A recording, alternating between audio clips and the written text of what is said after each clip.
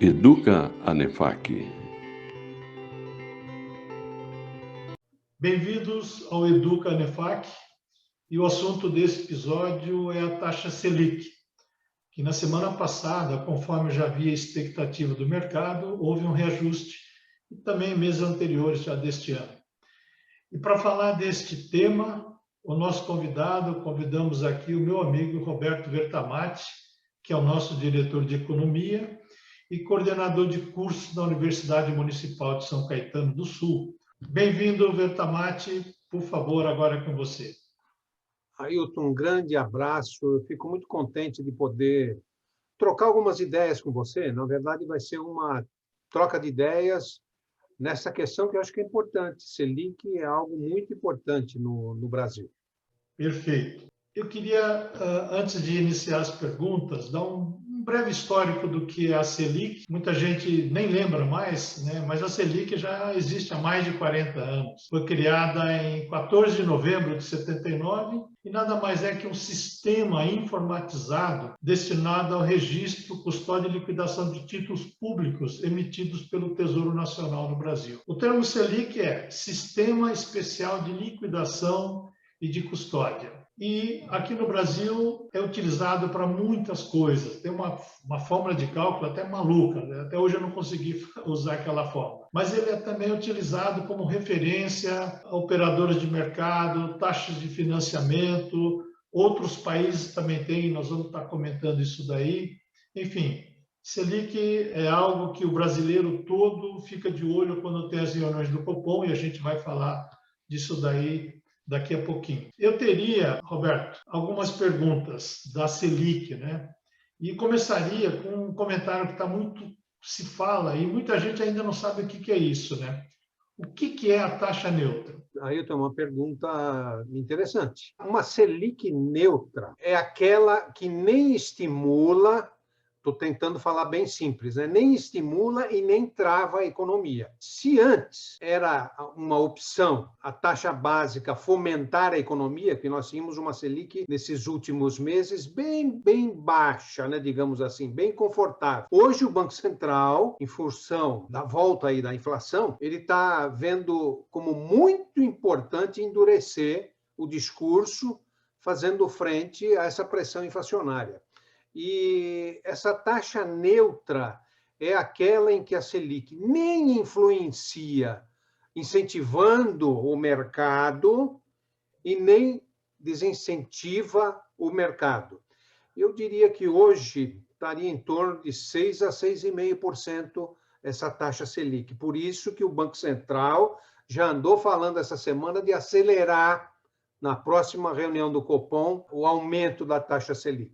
Hoje a gente estava vendo no mercado, e realmente é o que você falou, a taxa neutra de 6,5%, porque ele considera juros reais de 3% e uma inflação de 3,5%. Mas ainda, engraçado, né? Você conversa com o pessoal do mercado, se falar com 3%, cada um diz uma coisa sobre a taxa neutra. Mas vamos continuar aqui. A taxa neutra, você tem uma ideia de como é que eles calculam? É só exatamente isso que eu falei? Ele pega a inflação ou tem alguma outra forma de calcular a taxa neutra? Então, na verdade, a taxa Selic é uma taxa apurada exatamente no sistema Selic, obtendo a média de cálculo da taxa ponderada ajustada das operações financeiras por dia. E quem lastreia isso são os títulos do governo. Você sabe que esse sistema, na verdade, funciona como uma câmara de compensação e liquidação de ativos de forma de operação compromissada. Então, na verdade, é o título do governo que está sendo operado no mercado, comprado e vendido, né? E essa Selic é o parâmetro para isso. Na sua opinião, quando foi criada a Selic, qual que era o objetivo principal do governo com a criação da Selic, Roberto? Boa pergunta. Ela, criada lá em 1979, acho que é, né? 1979. Foi exatamente, quer ver? No dia 14 de novembro de 1979.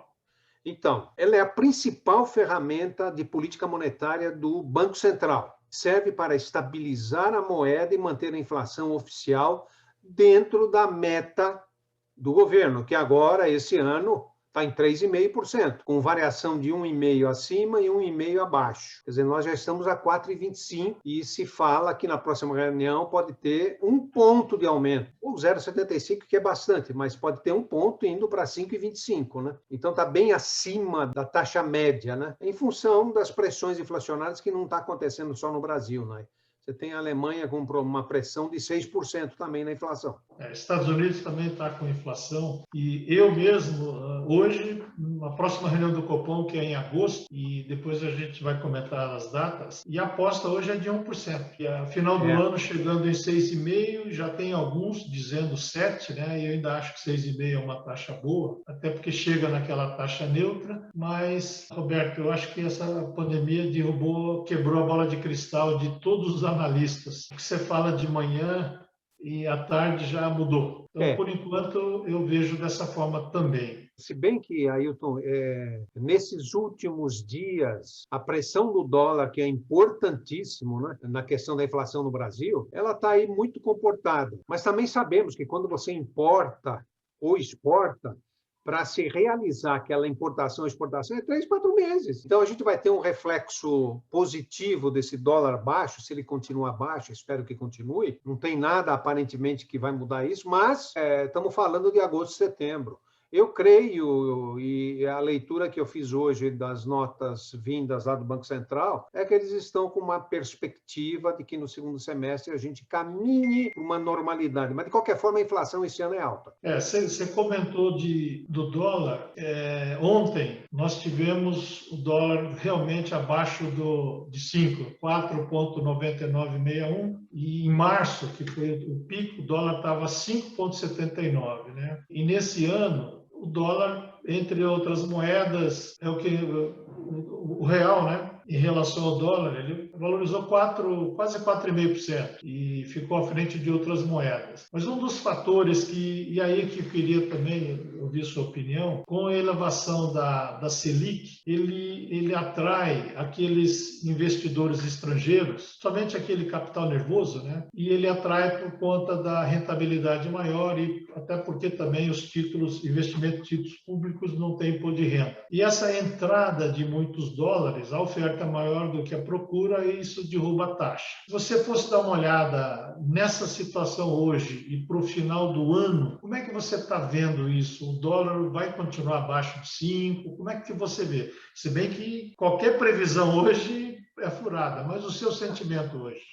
Eu diria que qualquer evento muito anormal mexe com a taxa de câmbio. Mas hoje, a leitura hoje, que esse dólar, a previsão é ficar em 5,10, 5,20 até o final do ano, no cenário que nós temos hoje. É interessante que, se a taxa Selic diminui, isso é importante comentar, os bancos passam a ter que pagar menos rendimento para captar o dinheiro através dos títulos. Isso reflete no mercado de aplicação financeira, como nós sabemos. Por isso que nesse último ano e meio ou 2, a Bolsa está com uma perspectiva muito grande. Já se fala em 140 mil pontos esse ano. Muitos já estão falando. E eu vou dizer, olha, isso é o natural numa economia, digamos assim, desenvolvida. Você pega Estados Unidos, a Europa, e mesmo alguns países da Ásia, as pessoas aplicam em ações. Estados Unidos é 60% das aplicações em ações. Mesmo o Chile tem 40%, a Alemanha mais de 40%. O Brasil se fala hoje que nós temos na Bolsa de Valores 1.300.000 aplicadores. Esse número é ridículo. É mais ou menos 11% ou 12% das aplicações, o resto ainda é renda fixa. Agora, a renda fixa, no mercado normal, vai perder espaço, como já está perdendo, ainda que tenha alguns solavancos, né, Ailton, nesse momento aqui. Vale ressaltar também que a Selic ela tem sempre um impacto em renda fixa maior, né? Porque você tem muita aplicação na renda fixa atrelada à Selic, poupança e por aí vai. E o renda variável não tem nada a ver, porque às vezes se aplica 10 e resgata 4. Mas uma das coisas também que, aliado à Selic e o dólar que está acontecendo, é que hoje a gente vê esse crescimento, essa recuperação do real, que começou já em meados de março, devido a uma série de fatores externos e internos, lógico, destacando a alta dos preços das commodities, lógico também, a subida da Selic e também a redução dos temores fiscais em indicadores da atividade econômica e arrecadação melhores que o esperado, além, lógico, do avanço da vacinação, que gera um efeito bom para a economia. É verdade. O que você acha disso, Roberto? Interessante, só complementando a sua pergunta, na verdade, é um bom comentário que você fez, mas só complementando, veja que a questão política normalmente influencia muito no Brasil. Nos Bastante. últimos meses, isso está perdendo espaço, que seria normal num país desenvolvido, hein? Acontecem problemas políticos, acontece sempre. E no Brasil é bastante grande a questão política no Brasil, mas está influenciando menos. Você vê que tem lá no Senado, lá tem aquela discussão lá que eu nem entendo nada que eles estão falando, e nem sei se serve para alguma coisa, mas ninguém está ligando mais. Isso, há 2 anos atrás, era um impacto tremendo na economia, parava, caía a bolsa. Mas é isso que a turma está aprendendo, né? Governo é governo, a economia tem que tocar. A gente falou de reuniões aqui, Selic, só para relembrar, o Copom, ele tem, por regra, são 8 reuniões pelo ano, sempre com intervalo de 45 dias e sempre reunião de terça e quarta. São 2 dias que a diretoria e todos o colegiado eles fazem. Então, com esse calendário, né, as próximas 4 reuniões, 3 e 4 de agosto, 21, 22 de setembro, 26 e 27 de outubro, e a última, 7 e 8 de dezembro. E usando o que o mercado fala, né, que na próxima seria aumento de 1, então a taxa iria para 5,25 e devendo chegar a 6,5. Mas isso vale hoje, amanhã pode mudar. Sim. Uma outra coisa, Alberto, que eu queria ver com você, como que você... eu vou fazer um comentário da Selic com as taxas de outros países, né? Evidentemente que eles têm, o nome lá não é Selic. Usando a posição base de ontem, e do maior para o menor, o Brasil ocupa a 23ª posição. Então, nós temos hoje 4,25, que foi a decisão do dia 17 de junho. E na frente, o número 1 é a Venezuela, né, que foi em maio de 2021 com uma taxa de 57,32%.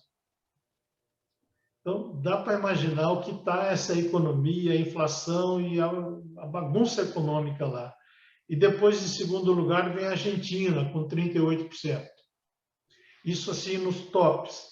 Se a gente for lá na base, isso numa estudo aqui, Bertamati, de 71 países. E lá embaixo, com taxa de juros negativa, nós temos Suíça, Dinamarca, Japão. A Suécia está em torno de 0, como está a Noruega, zona do euro. Estados Unidos fica entre 0 e 2,5. Quando você vê esses extremos assim, e a nossa Selic aí nessa...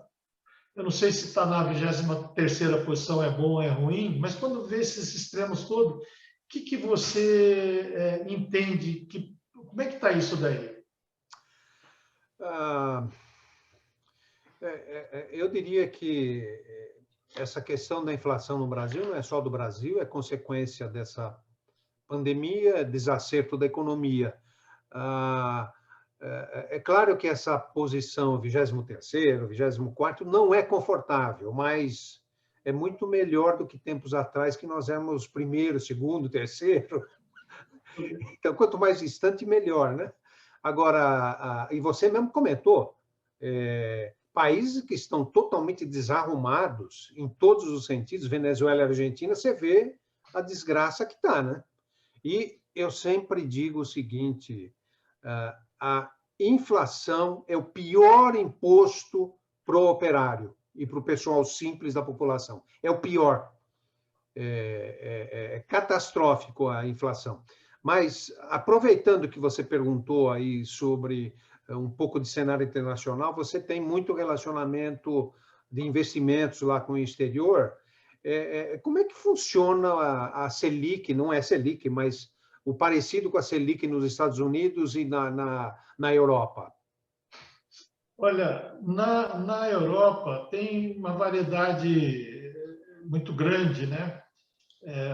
A gente tem algumas regras que elas são... Aqui no Brasil nós temos a regra no Brasil, a Argentina é outra, Venezuela, enfim. Estamos na América do Sul, mas cada um tem a sua regra. Na Europa já é diferente. Você estando na comunidade, você tem uma regra comercial que é para todos os países. Então, tem algumas coisas que são da comunidade e outras são particularidade de cada país. Então, a taxa de juros desses países acaba tendo interferência. E até eu falo uma coisa, e muita gente pensa que é piada, mas não é.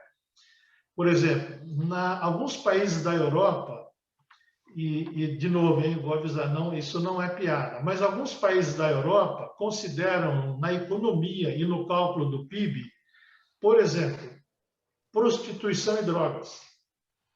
Quais países que calculam? Reino Unido, Espanha, Itália, Suécia, Áustria, Finlândia, Eslovênia. Quando você pergunta para eles, às vezes que eu tive lá, como é que é apurado, como é que é feito o cálculo, ninguém consegue responder. É muito difícil. Então, tem particularidades que afetam de uma forma ou outra, tanto o PIB quanto a economia, que nós não temos aqui.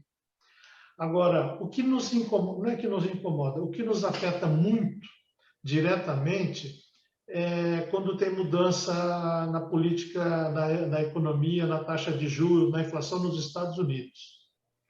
Inflação alta nos Estados Unidos, se o Fed, na última reunião, tivesse aumentado a taxa de juros, aí os investidores, aquele capital nervoso, estaria indo mais para os Estados Unidos e menos para os países emergentes que somos nós.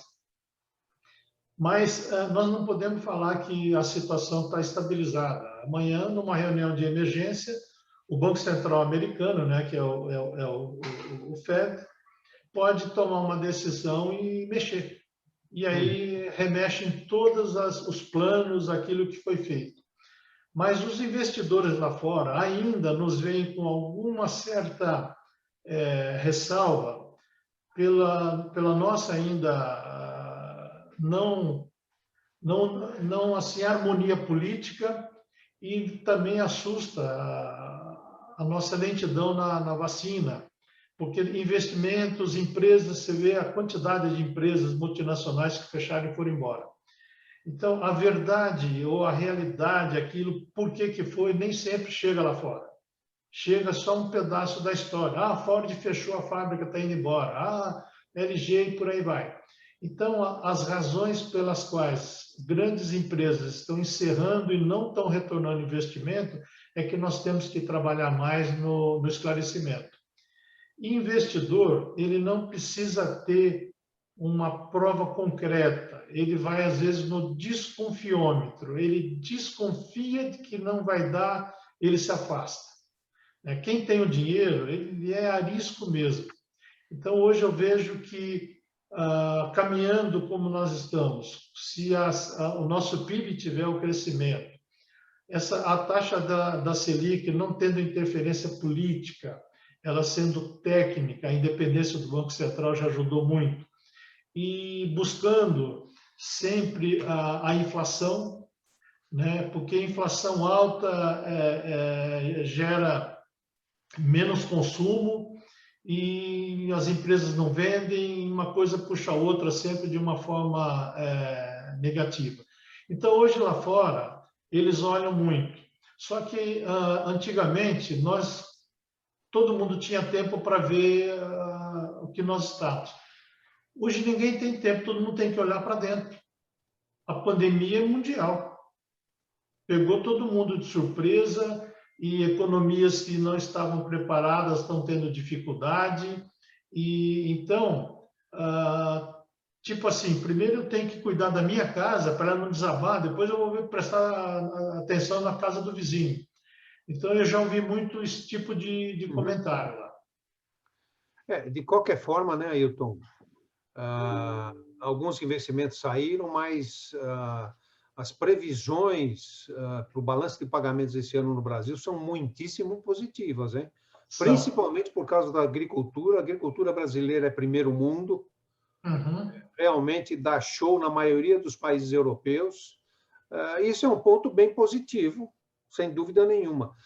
Só complementando uma coisa que você disse aí, realmente nos Estados Unidos, comparativamente com a Selic no Brasil, que são os títulos do governo brasileiro, lá são os Treasury Bonds, que são os títulos do governo americano, e a taxa básica americana está em 0,25 hoje, e a nossa 4,25. E você disse muito bem, se houver qualquer mexida nessa taxa, ela subindo, muitos capitais, ao invés de vir para cá, vão para lá.